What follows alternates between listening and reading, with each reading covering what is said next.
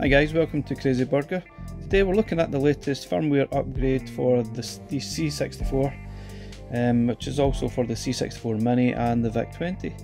Let's look at the changes that are in this new version. So let's have a look at Cade. I've got this side A here, so it'll be interesting to see how this actually works. See, I guess you need to come back to this screen when it asks you to swap, and then you can choose the sort of side B when it's relevant, and it makes it a lot easier. So let's see. So I press the rocket symbol there. So this generally loads in, then it gets to the point you need to insert the certain disk. So let's see how this works.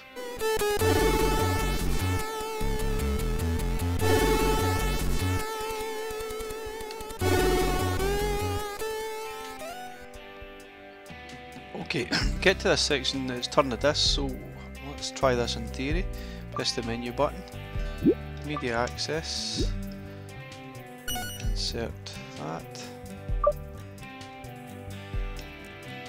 and there you go, wow.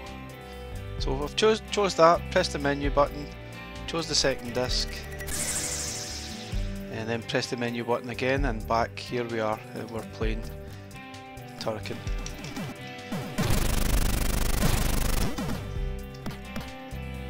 So guys, thanks for watching our video today. Please like, subscribe. If you get any comments, please add to our social media platforms if you can. Any issues or things you want us to look at. Thanks for watching. Bye for now.